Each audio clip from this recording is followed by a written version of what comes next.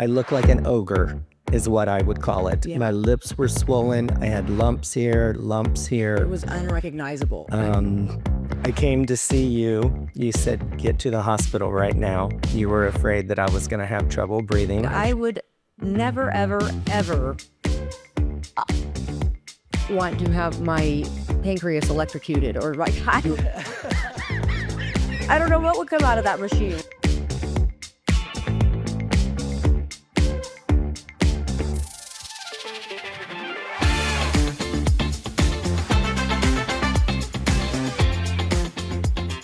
Hey everybody, it's me, the hostess with the mostest. I'm here with my friend, Scott. How are you today? Good. Thank you. I'm super excited to have him on today because he is going to tell you about all of his trials and tribulations through the aesthetic world over the last probably like 20 years. And this guy has been through it. You guys are going to trip out on some of this stuff. I can't wait to bust on a whole lot of busting on, right? Let's get it going on because this is so crazy, some of your stories. Let's talk about like initially, you know, when aesthetics was brand new, it wasn't highly regulated. It's more and more regulated now, right? But even still, you've been to some, what, best of the best guys, right? Or I have. not? I thought it was the best for the best, going to Beverly Hills and Newport, and having those cities attached to a doctor is not necessarily the best place to go. And I actually had a Beverly Hills well-known cosmetic surgeon put, it was a product called Artifil. It might have been Articol into the sides of my face where this started to give. Okay. There is plastic balls I know. underneath of here. Well, I birthed quite a few. Yes. He was unrecognizable. He was definitely unrecognizable. And I was just panicked. He had a huge sore on his face. His head was at least twice the normal size, right? And I just was afraid his airway was going to close. I had tried to get some of these. So I was like, just massaging these huge balls out of his face, like out of his cheek, out of his chin. I mean, they were everywhere. And it just kept getting, his face kept getting bigger and bigger. And too bad it was too long ago because I was like, look for pictures so we could show people how crazy you looked. I wish. It was, anyway, I wrapped his head up and I said, you've got to go to the emergency room. I was literally afraid that he was going to stop breathing. Well, and I'll tell you something, that was a very traumatic thing. And I look like an ogre is what I would call it. Yeah. My lips were swollen. I had lumps here, lumps here. It was unrecognizable. I came to see you. You said, get to the hospital right now. You were afraid that I was going to have trouble breathing. I sure was. Went to the hospital in Huntington Beach, ended up going home. Things kept getting worse and worse. So I ended up admitted in the Anaheim hospital, and they gave me what you give someone when they are going to go into anaphylactic shock. Right. And whatever that injection was that they put in the IV makes you shake all over. Okay. They admitted me for the night. I couldn't find the doctor who did the work. I called multiple doctors to ask them if they could help me. They said, you need to go back where you came from. And I go, I can't go back there, but somebody needs to help me. I could not get anyone in LA, Beverly Hills, Newport, anyone to help me. That's the scary thing that I don't think people realize, you guys. If something was wrong, no one, and in California, it's horrible because we don't want to get involved in a lawsuit. I would help people all day long. We have a that I refuse to help too, just because I'm afraid of getting pulled into litigation. Honestly, if somebody, I've done a few of them, but it's definitely with kind of cautiousness that you feel like, wow, no good deed goes unpunished. It just doesn't. And so that's what's so scary about like having to have somebody show up like that. You have no idea what's going on or what's happening or what's anything. And so you guys might think like there's like that one lady that we showed on one of the episodes before. She was like teaching people how to do it themselves. And I thought, oh my gosh, like what if this happens to you? Like, where would you go and what would you turn to? No one's going to be like fixing somebody else's mistake. Or if they just disappear, what do you do? And that's the thing. And that caused me so much stress. I called for literally weeks to find a doctor that would actually help me. And I found one in Newport Beach, and he injected 5FU Right. into my face, which is chemo drug. Yep. I would have a driver from work take me to get this done because sometimes that drug made me very sick after the injections.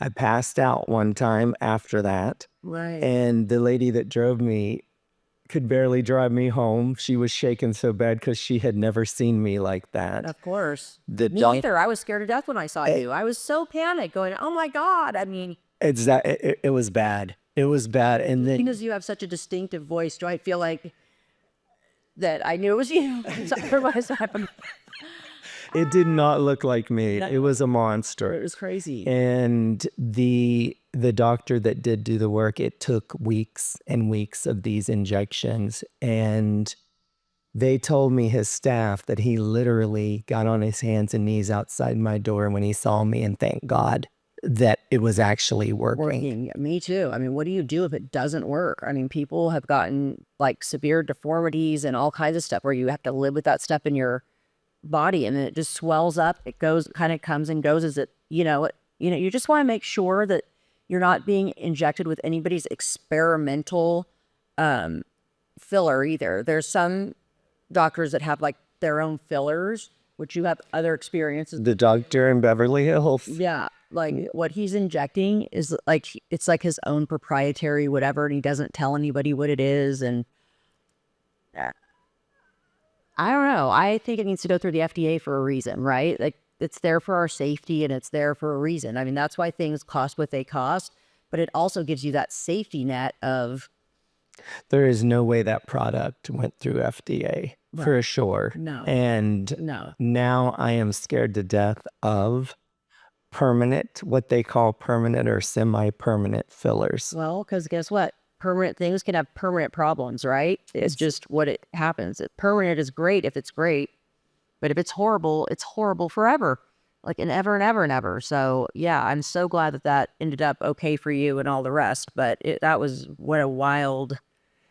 Knows what you get, and I know how stressed you were for a very long time. A very long time. It's just not worth it. It's not worth it, you guys. So just, when you think you're getting a great deal, of course it's that too. I know another thing that you did was we had talked a lot about doing the M-Sculpt, and of course when you came to me, I then had told you why it cost what it cost, but you had gone and tried M-Sculpt with a different physician, right? I did, in Aliso Viejo. Okay. My friend referred me to go there because she goes, I said, M-Sculpt is so expensive. I'm not going to do that. And she's like, oh no, my friend's doing it. You can get 5 for $1,000. Get there. It is not the M-Sculpt machine. Right. It is a machine that I'm going to say you see online in China. Right. Baba special.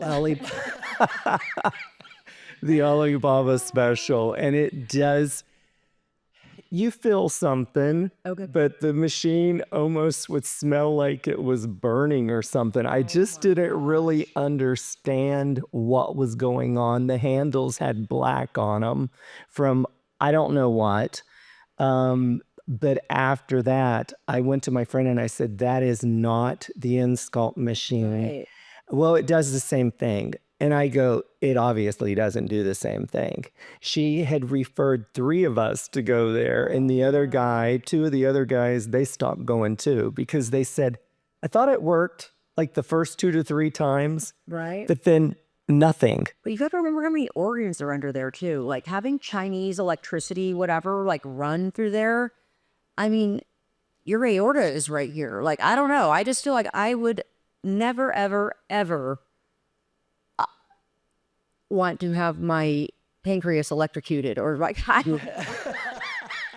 don't know what would come out of that machine. We have no idea. If it's from the Alibaba special, we'll just call it to be nice. It's kind of scary, right? Well, like, and what is it? What are they? What kind of what energy is running through that, and they're putting it in your body.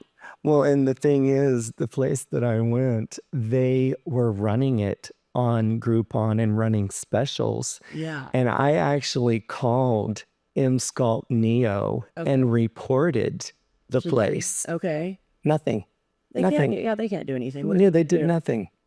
I mean, what they do is they will say it's M-Sculpt, but then they have a picture, or they'll have a picture. They can do it either way. They'll either call it M-Sculpt and then have a picture of something else with like these little, I don't know what they are, but they're like little. I sent them the ad. I sent them the writing. I sent them everything. It says M-Sculpt. It said M-Sculpt. And I told Alondra, I said, your friend is advertising that. And So it is not. Yeah, to keep. Yeah. I mean, we're not all on the same playing field. Let's put it that way. You know, I love competition. I love business. I love it. I love it. I love it. I love coming up with marketing strategies and all that kind of stuff. But when everyone's not on the same level and you've got these people that are running around, they know that they're doing shady things too. And I guess it's just so disappointing, especially as a physician. You know, you'd think that they would have to do better and more, not less and littler, right? But they can't be questioned. You're not going to tell them what to do. And they kind of get away with whatever they want to do. That's just kind of how it goes. It's very sad. It's very sad. And as a nurse practitioner, I could never even attempt to get away with that. I just wouldn't even try, because I wouldn't. I'm held to a bigger standard in my brain and in my head. I could never do it. I mean, I wouldn't do it to myself, so I would never do it to you, is how I think in my head. So I'm curious if they would lay down and get under that machine themselves. probably not. I don't think so. And for me, coming to DermFx is when I found my brand, is what I would say. Right. Because going to all these other places, and I have experimented a lot. Yeah, I know. I'm so grateful that you'd come and chat with everybody and tell people, you know, what it is and that you could actually get hurt. And like, how about hospitalized, you guys? This guy was hospitalized over filler. I was hospitalized. I mean, come on, people. It can go so wrong. It can go so bad. So we've got a video here to watch. Let's see what let's see what this is about. Is used for one of America's favorite cosmetic procedures. Right here. Made from the same toxin that causes botulism, it's approved by the FDA to reduce wrinkles. But tonight, the CDC and FDA are investigating botulism-like illnesses from Botox injections given in non-medical settings. The CDC says at least 4 people have been hospitalized. Dr. Pooja Sodha is the director of laser and cosmetic dermatology at George Washington University. Fact that all these incidents have happened in what they call non-medical settings, does that give us a clue? I think it supports the notion that when you're operating in a more licensed environment, there is a due diligence that you're getting a product that's manufactured correctly and then being administered correctly. NBC News identified 12 confirmed or suspected cases of botulism-like illnesses in 5 states. Illinois and Tennessee health departments say their cases may involve counterfeit Botox. Symptoms include blurred and double vision, droopy face, and shortness of breath, all similar to botulism. As a patient, how do I know if I'm getting counterfeit Botox or the real thing? I don't think as a patient you'll be able to know. The CDC says these cases are rare. Patients should do their homework, talk to providers, and make sure they are licensed and trained in the art and science of Botox. Ann Thompson, NBC News. Well, that's so scary too, because there's so much fake Botox running around, and I don't feel like people know about it. I guess, you know, I probably haven't done a good job educating my patients, because I already figure, I guess, if they're my patients, right? I don't know. They're already getting real Botox, or I don't have to worry about their safety for that. But it is something that I really want to start talking about more and more, because it's all over the place. All of those Groupons are either willing to lose money injecting you, so they go to work every day and pay you to come in, or it's fake Botox and they're risking your livelihood with it.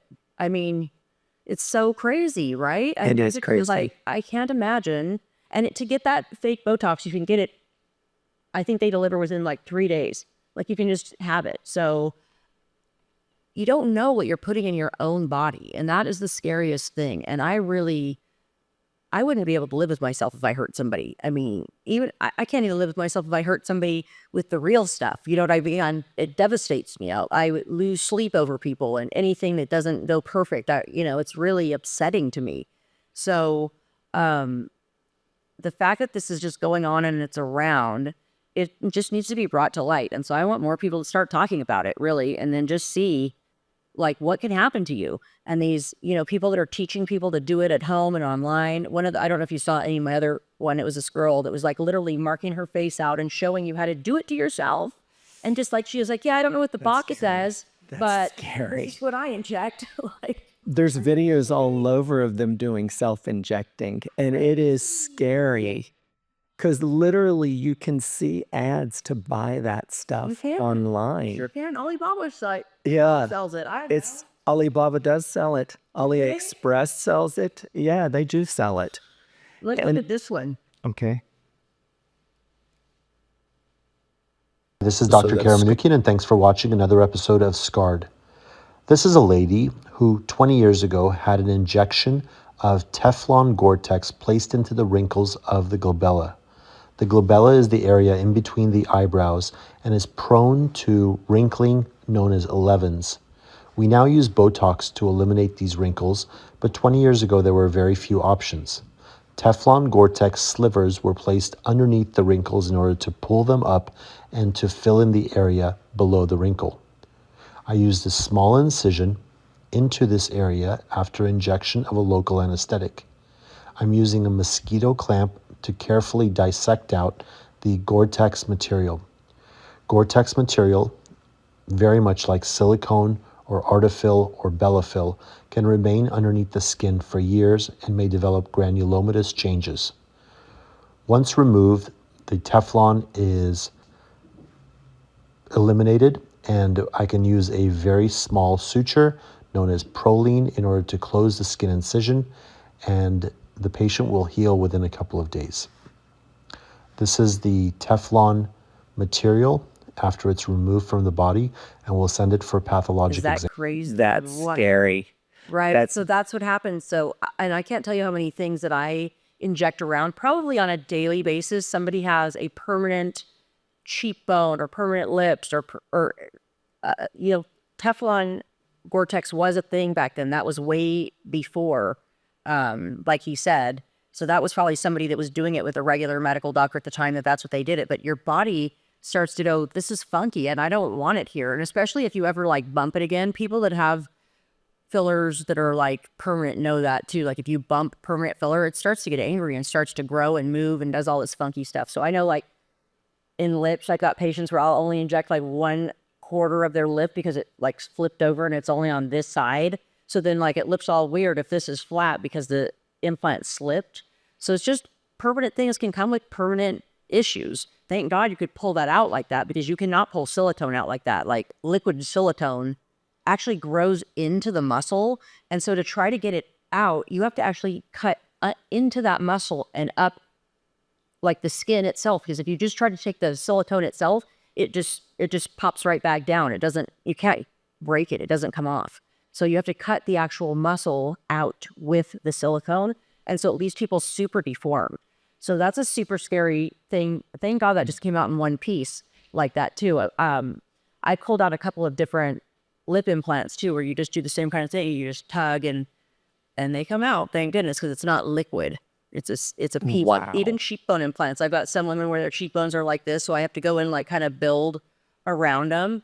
So stuff like that can happen, right? It's just like something to think about. You okay? You look like you're gonna throw up. I'm just thinking about like you talking about that, where I have those little beads of plastic in here. When you've had to inject that area, you've had to work around that, and it's hard to get in there. Yeah, it is. It's almost like there's scar tissue in there, and it's hard to do. Right. Yeah, so I can see that. Right. And I'm stuck with those little plastic. They get sore or not? As it never. No, but you feel them, and they're annoying. Right. It's like little spheres in there. Yeah, it's very. Well, I guess I don't know. I'm just glad you weren't hurt or anything like that, and other people too. I mean, we got to get the education out there. And People need to be educated. what about liquid silicone? This is what I'm talking about. That's really scary. Let's watch this one. This is Dr. Erin Alonso, and today we're looking at the removal of liquid silicone from a botched BBL. We're often asked why we can't remove all of the liquid silicone from the soft tissue, and this is a prime example. You can see a fatty aspirate interspersed with liquid silicone microdroplets throughout. When we purify these liquid silicone microdroplets, we can see that they're encapsulated.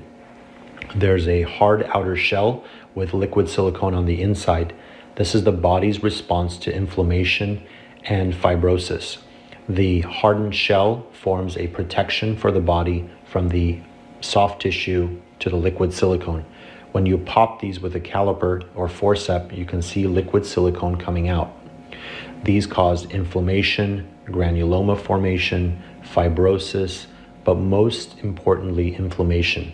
The inflammation can cause pain, itching, burning, skin discoloration, and grade 1 through 4 soft tissue inflammation. Here you can see the liquid silicone popping out, and this can cause a lot of damage to the tissue. The faster we remove it and the more definitively we remove it, the less complications there are. Crazy, right? Scary. It's super scary. Yeah. There, you guys, please, like, don't. What other things have you tried? I mean, Honestly, stay away from Groupon, I think. Stay away from anything that's not FDA approved. Don't order anything online. I did a Groupon long time ago for another Beverly Hills doctor for IPL. And it was for brown spots, which you actually ended up removing my brown spots. But the girl told me, I saw the machine. I knew that was not an IPL machine. I've seen those machines in your office. She said, I will sell you. Now, this was the funny part. The Groupon was really cheap. It was like 3 for, I think it was like $190. okay. And so when I got there, she says, I'll sell you a package of 10 for like $1,200. And I go, first of all, that is a Chinese machine. That machine, no, it's not. She says, what you're looking at is not. You're looking at the machine. The insides of that machine are done in the US. I said, no, I've seen those machines on AliExpress and Alibaba and all these companies. Those are not legitimate. And she goes, I promise you that this is going to work. Buy a package of 10.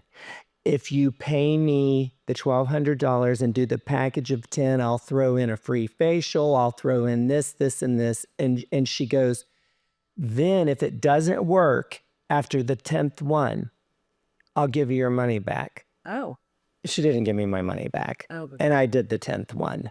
I knew I was never going to get my money back because I went online and I read reviews and other people said that it does not work. It was the same machine they were using for hair removal and IPL. Oh. The machine did not work. I told the lady, she goes, well, you know what I'll do? I'll give you 10 free sessions of hair removal. I said, the only hair I have is very light hair, which is like little tiny light hairs on my shoulders. And she goes, It's gonna work. So she lights it up. It doesn't work. And then she goes, well, we know what I'm going to use? Carbon dye. So she rubs carbon dye all over my shoulders. Have you heard of carbon dye? Of course, but it's supposed to go into the follicle. It's attracted to the follicle. So Well, it did not work. She did not know what she was doing. burn you? I could see that. She did, I was gonna say, because it didn't burn to the extent that I had scars, but she burnt me because the carbon dye she didn't wipe off before she took the machine and started blasting it. And I told her, this is hurting really, really bad. So I did blister, no scars, thank goodness. so lucky that nothing worse happened. Very. That's like popping a laser on super dark skin. Those machines can't differentiate from the color. And it didn't. It didn't, and it hurt. For it to work on light hair, you would need follicle dye or something. You don't there, and there is such a thing. We used to use it. I can't remember the melanin or something it's called, but anyway, every once in a while we would have blondes that wanted to do hair removal, but even that we sort of just even stopped selling that for follicles because it would burn. Yeah, I was just saying it just would burn you because they're attracted to color, right? It burned. It burned bad. And the thing Is is, a nurse or a it was a nurse, but it was an MD that ran the location in Beverly Hills. whose idea was the carbon dye? That was a nurse's idea. And so I went home and I Googled carbon dye. And carbon dye, I saw how they do it. You put it on, but you have to wipe it completely off and you leave it on for 20 minutes. That's right. Only to get into the follicle. Right. Never. They were rubbing it on and going right at it. And so the one nurse, the one time said, "Oh no, that was wrong. We'll rub it on." Your skin's gray after you do that. You could take 100 baby wipes and you're gonna have gray skin. So it does not. You're too much. You're just so much. You're definitely. Oh my gosh. I've tried a lot of Groupon things. Okay. I will tell you, in my honest opinion, all the problems I have been physician supervised. Physicians are not good at injecting filler. All the problems I've had, this is my opinion.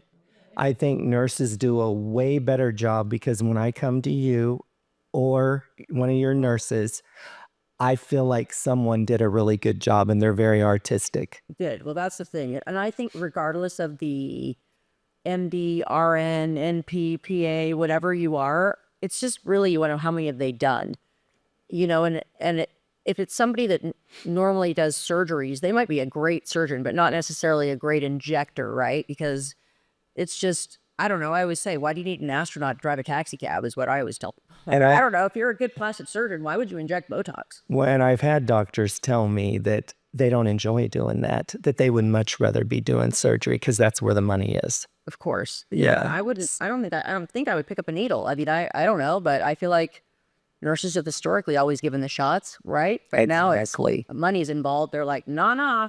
Exactly. I don't know. And then you pay Experience. You're going to pay for a physician to do it. a lot more. It's probably going to be more. Yeah. Unless, I don't know, but a lot of them are on Groupon, so I don't get it. What are they doing? Their Groupons a lot of times are limited to one time. It's just to try to get you in the door. Okay. So A you think they're lot willing of to them. lose money for that one time to get you in the door? See, I wouldn't be willing to lose I know. money to have you come in our door. I know. And they push, like where I went to get that IPL, they push for you to give them a 5-star Yelp and a 5-star Google. And I would never give a review. I didn't give a bad, but I didn't want to give a review at all. Right. And it's a push. Probably our generation, though. I feel like we don't do that. But if that would have happened to like a younger generation, I think they would have been like, ow. Oh, yeah. They would. Right? The megaphone going, this doctor did this to me. Exactly. So, And they offer you perks, you know, to do the reviews. I'll give you $100 gift certificate. I'll give you this to do this. I still wouldn't do it because I knew that I was at the wrong place and I knew that they didn't do a good job. I didn't care. They could have offered me $500. I wasn't going to do a good review. but how do they make money? So if they gave you, so you had 12 treatments, but that means you had 12 appointments, all of this for $1,200. And then they were offering you free hair removal treatments after that. Like, it still doesn't map out money-wise to me. It doesn't make sense to me. And I was driving every day on the weekend. They were open Saturday and Sunday. I was driving to Beverly Hills. And this is really funny. I would sit in the hallway before one of the nurses would get there because there was no doctor on the weekend. Oh, I see. And the other girls would go, I think it's going to be my last visit because this isn't working. My hair's still the same. And, you would hear them tell that story. And I was like, Because they were trying it on themselves? yeah. And I would go, yeah, I'm not coming back. This is going to be it. And I Saying it's not working on them. Why would you come over here and pop it on me? Girl, hello? Oh my gosh. You just knew, you could tell because on the way out when it would be someone's last visit, like for are you going to sign up again? And they'd go, I'll call you in a few days. Well, you knew that person wasn't going to call them that. Soft no. Exactly. Right? I don't know. So, okay. I mean, what is this cream you're going to This speak to? this cream, another thing, everybody thinks that when something is labeled with Beverly Hills on You it. know that infomercial. You Yes. fell for it, did you? I fell. I'm quite a good consumer. Actually, my 85-year-old aunt just sent me this ad in a text, actually a week ago, asking me if this was real or not. Let me see the open one. Stay away from it. Really? So what's the They problem? call it, they say it's a Beverly Hills surgeon Serum? who is selling all these different skincare products. And they literally, you turn it, then you squeeze it out, and they say it's called sugaring. The reason that no other neck creams have ever worked is because it takes sugaring. So if you use this neck cream for so many months, your neck skin's going to get better and better. Well, I'm going to tell you something.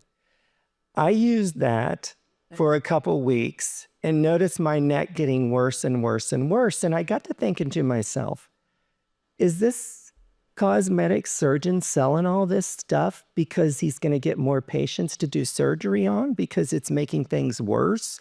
Because if you read reviews for this cream, people say their necks have gotten worse. Really? And mine was getting worse. Well, I've got 3 here. If anybody wants Your neck, if you wanted it. I mean, it's not. so what happened to your neck when you put this on? It seemed to me that the skin was getting looser. From a cream, though? I don't know why. It just did not get better. It did not get better at all. And I was sitting there, then I went on and read reviews and other people. Chapped and icky. No. Should I go? But other reviews said the same thing, that their necks looked worse.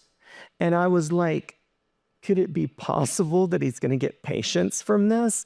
I mean, to do surgery on? Oh, you're funny. Yeah, I It just, makes their neck look worse with my cream. And then they go, look at my neck. And he goes, yep, you need surgery. that's what I'm wondering. Why? Oh. And there's a lot of reviews. Check that out. And you'll see other people saying their necks look worse. You guys know that infomercial, right? Where they like rub, even that one, they rub the eyes and it's like that old puffy whatever. That's just caffeine too. That's another one that's kind of wild. I mean, I'm like, wow. Like you just sit there going like this, right? Do-do-do-do-do-do-do.